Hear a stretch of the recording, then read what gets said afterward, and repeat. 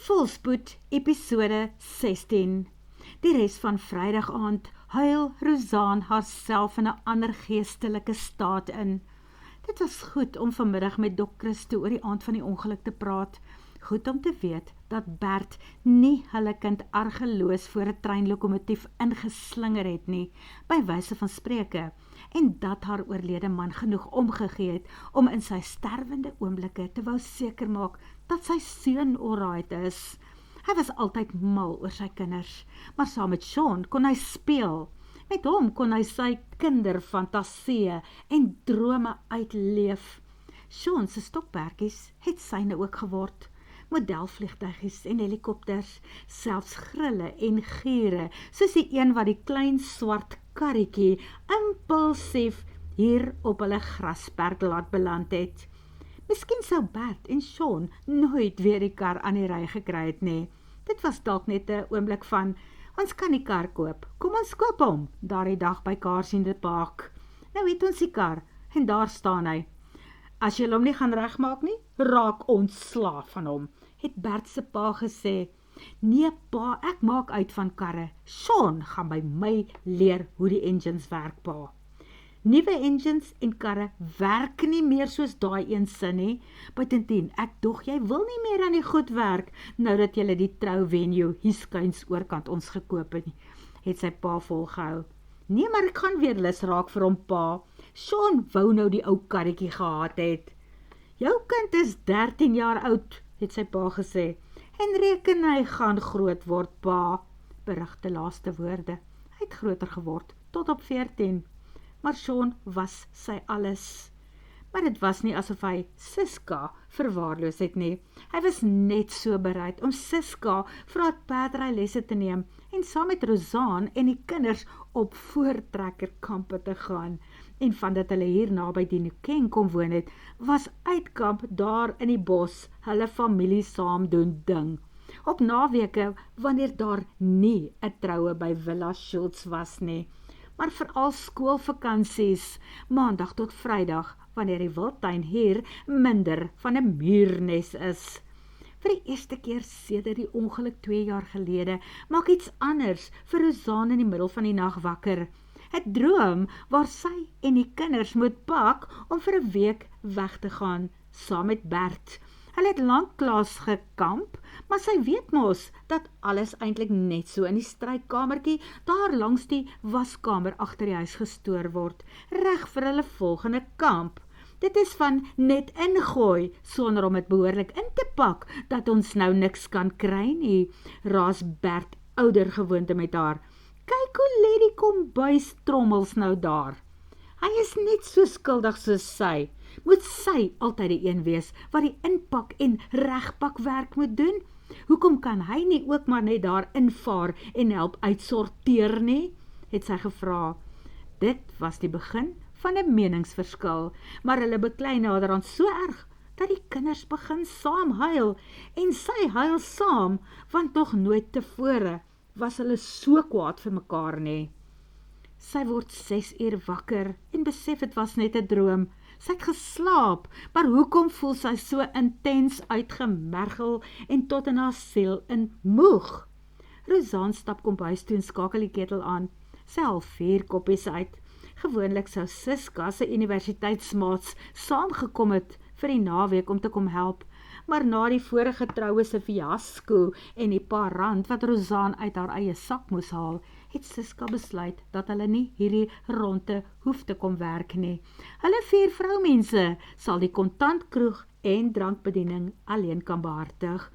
Daar's in elk geval buitespyseniers en hulle bring ook mense saam om te bedien. Met die 3 staatmaker vroue in die kombuis, wat ook soms kan inspring tussen die afdek en glase was, kan sy nie sien hoe iets gaan verkeerd loop nie.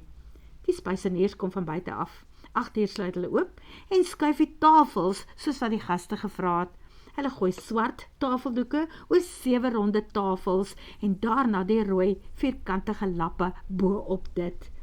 Hulle dek by elke stoel vir die gas en daar staan ook 'n wynglas. Die vonkelwynglase kom op 'n ander tafel.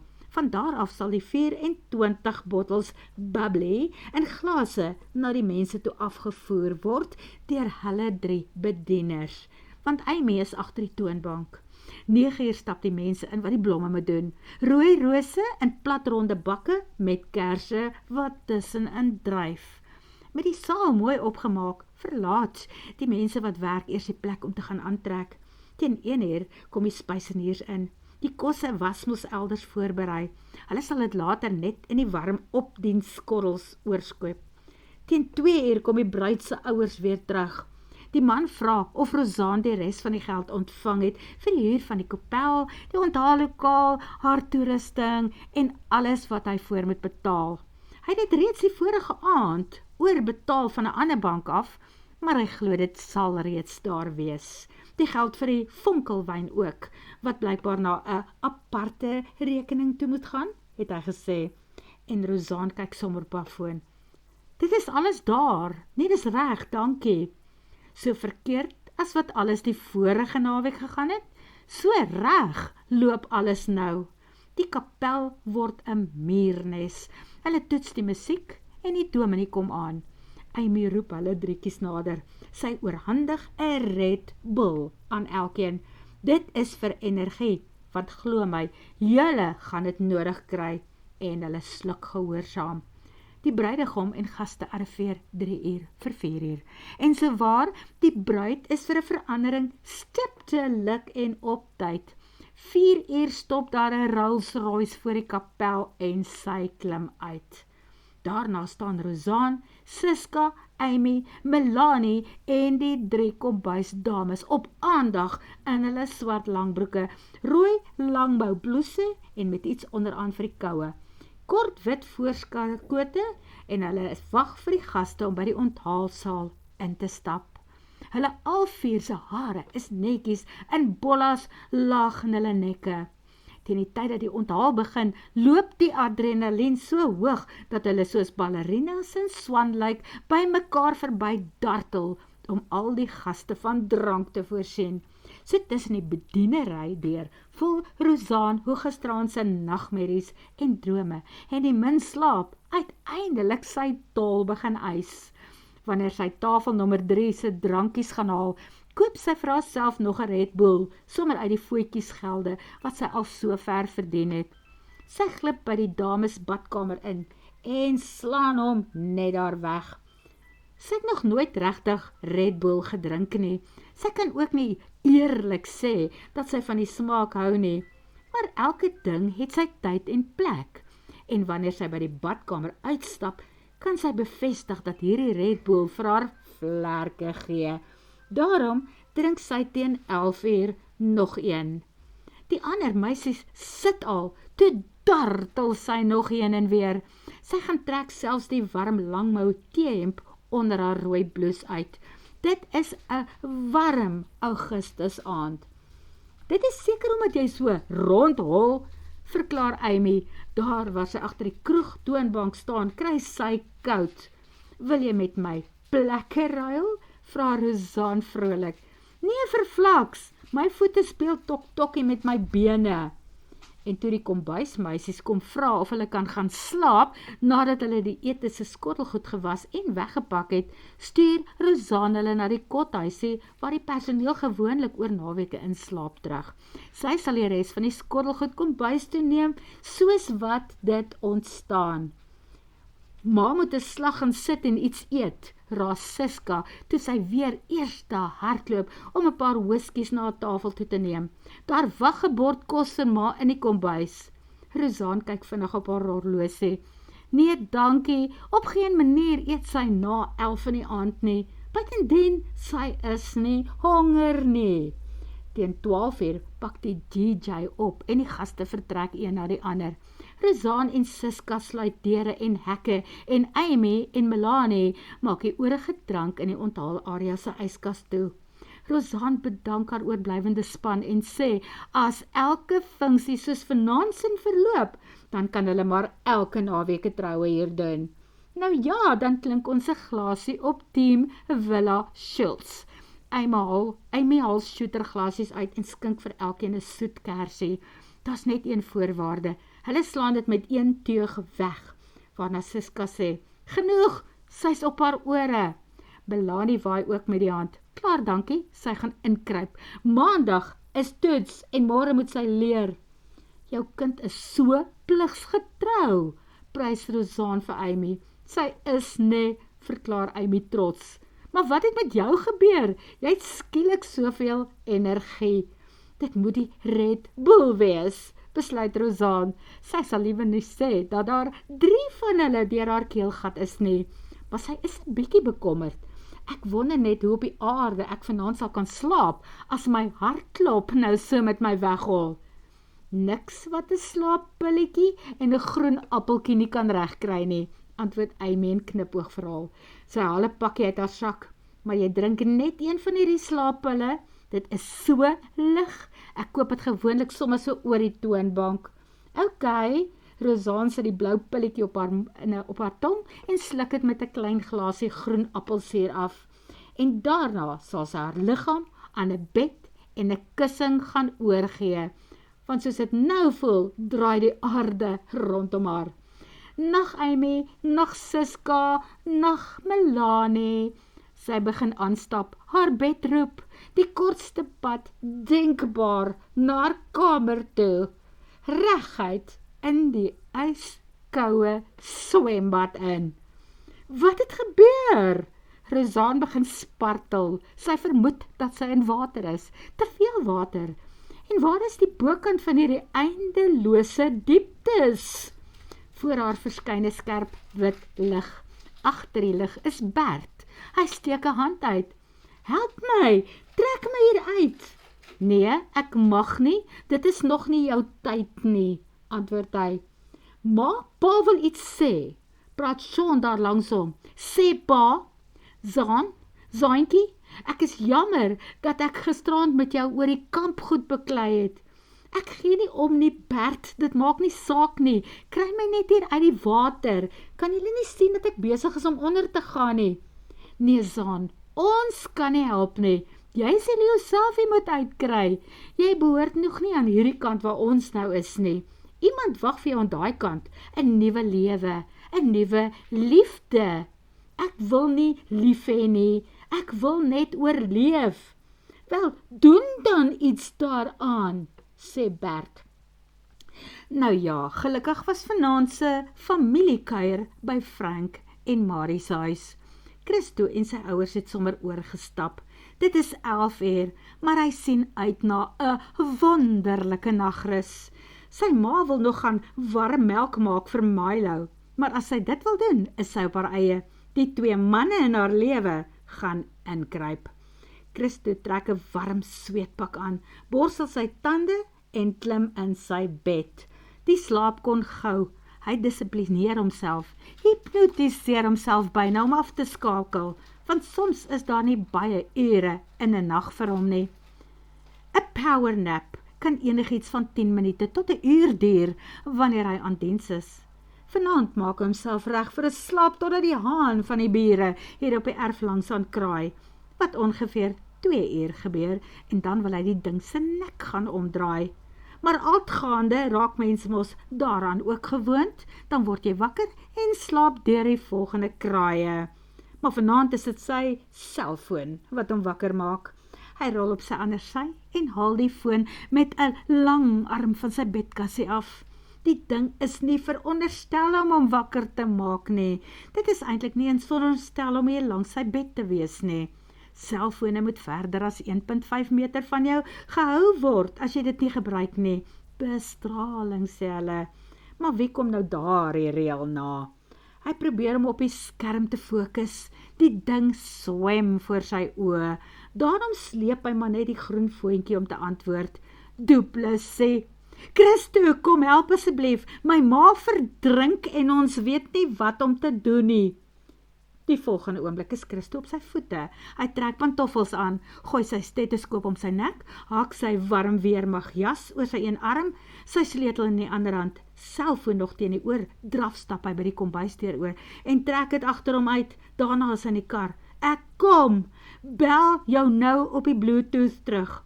Rooi lig op die kar, hek oop, Bluetooth, sodat op die pad kan konsentreer.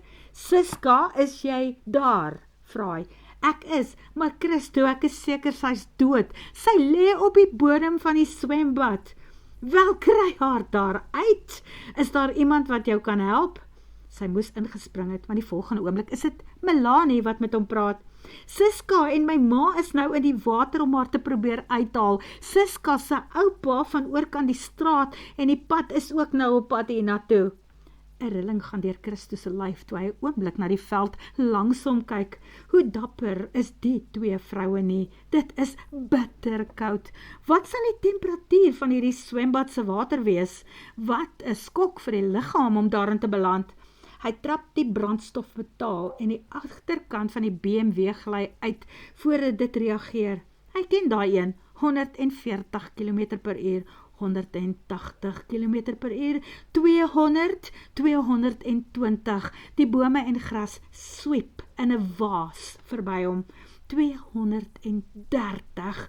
As iets nou voor hom indraai of instap, is alles en almal in sy pad bokveld toe saam met hom. Die afdraai na regs kom skielik, skreeuwende bande, dwars, net in beheer. Hy maak die draai. Wanneer die BMW weer vorentoe wys, is sy voet weer plat. Pedaal teen metaal. Villa Schultz se hek verskyn. Hy verminder spoed en hy draai. As die hek nie oop was nie, was sy BMW se reis na dese skrootwerf toe. Hy sou nie kon stop nie. Hy sien die swembad deur voor hom. 'n geskarrel by die vlakkant. Hulle is besig om haar uit te tel op die plaveisel. Met die besef dat niemand meer met hom gepraat het nie, skakel hy sy foon af, trek die BMW se bak agteroop, hak sy stetoskoop om sy nek en spring uit.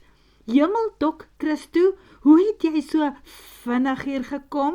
Vra Amy, haar tande klap van die koue.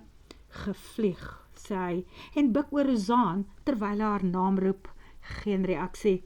Hartklop, asemhaling, bloeding. Niks. Siska huil teen haar oupa se bors. Kan ek help? Vra Melanie. Ek glo ek kan mond tot mond doen. Christo weet dat sy waarskynlik mond tot mond sal kan doen en met sy bystand sal sy dalk die regte een kan doen wat 'n lewe kan red. Maar eers as hulle verby die water kan kom wat die pasiënt ingeneem het. En dit is duidelik wanneer haar effens beweeg dat Rozaan liters en liters water gesluk en ingeasem het. Melanie gaan haal 'n paar van daardie silwer termiese komberse uit die BMW se bak en dan kom hang jy dit om die mense hier by ons wat nat is. Hy maak seker dat haar lyf gelyk lê. Daarna tilt hy Rozaan se kop effens agteroor en maak haar mond oop. Hy plaas albei sy hande op die sternum, maak sy arms reguit en begin om met sy volle gewig op haar borskas af te druk. Eers net drukking en toe begin hy ritmies beweeg. Hy rol haar effens om en water loop uit haar neus en mond. Hy doen dit weer, nog water. Daarna skuif hy na haar skouers. Hy hou haar kop weer agteroor, lugweë en mond oop, neus toe en vou sy mond oor hare. Hy trek sy longe vol suurstof en forceer dit by haar lyf in. Dit borrel en nog water kom uit. Uit die hoek van sy oog sien hy hoe Melanie oor Rozaan buk, arms ook reguit. Hy wys, wag eers. Hy blaas weer en wag dat nog water uitkom en toe knik hy vir Melanie. Die vloer is hare.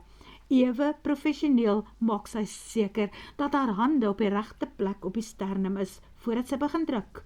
Ritmies, die pas wat hy aangegee het. Nog water stroom uit.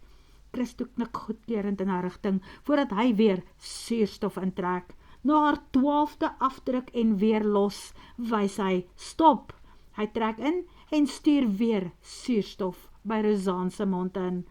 Wanneer hy weer vir Melanie wys om aan te gaan, verskyn daar 'n paar uitgetrapte stewels hier langsom op die grasperk. Hy hoor 'n stem. Mooi so, ou maat, want jy het seker al besef dat jy haar binnekort gaan erf. Hoe nou? Wat bedoel jy? Hy gee 'n sydelingse kyk en toe opwaarts. Is dit die oupa waarvan die kinders gepraat het? Die stewels eindig in bene. Maar daar stop dit. Maar tyd om hom verder na die man te kyk of aan die man se storie te steur, is daar nie. Hy trek weer sy longe vol lug en blaas. Iets begin werk. Die pasiënt se borskas lig so waar effens. Christo wys vir Melanie. Gaan aan. Hy tel. 1, 2, 3. Hou so vol. Jy's aan die wen en veels geluk. Sy is eintlik 'n wonderlike mens as jy haar eers leer ken het. Vol verrassings.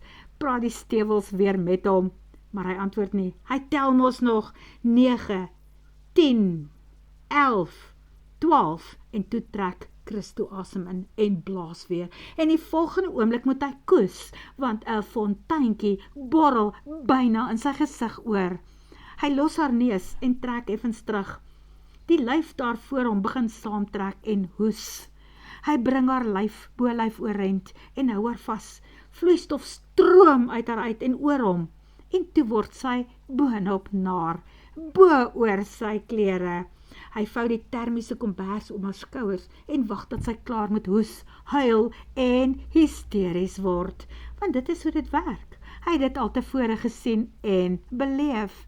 En dit verskaf hom oneindige hoeveelheid vreugde as hy daarna agterkom dat die persoon geen nagevolge oorgehou het nie. Knap gedaan, man, en veels geluk met die volgende stap in jou lewe, dokter, sê die stewels, en toe raak het weg.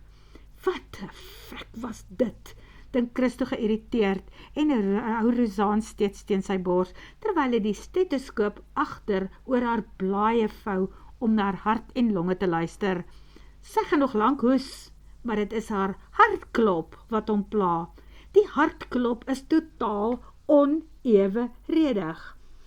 Vra vir haar hoeveel Red Bulls het sy vanaand gedrink, verklaar stewels nou van die ander kant af. Dan is dit die snaakse reuk wat Christo hier aan haar ruik. Red Bull dalk. Het jy vanaand Red Bull gedrink, mevrou Schultz? Vra hy. Ons het almal Red Bull gedrink voor ons begin werk het, lig Amy hom in. Net 1, vra hy. Natuurlik net 1. Ons weet mos wat die gevolge is van te veel opkikkers op een aand. Trap Amy hom uit.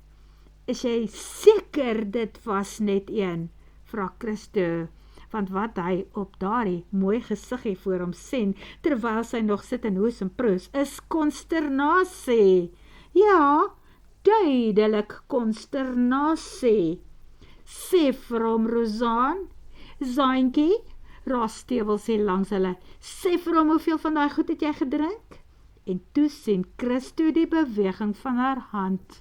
Sy wys 3 vingers en Stewels sê, daar het jy dit, Dok. Ek sê mos vir jou, never a dull moment met jou nuwe prinses nie. Word vervolg.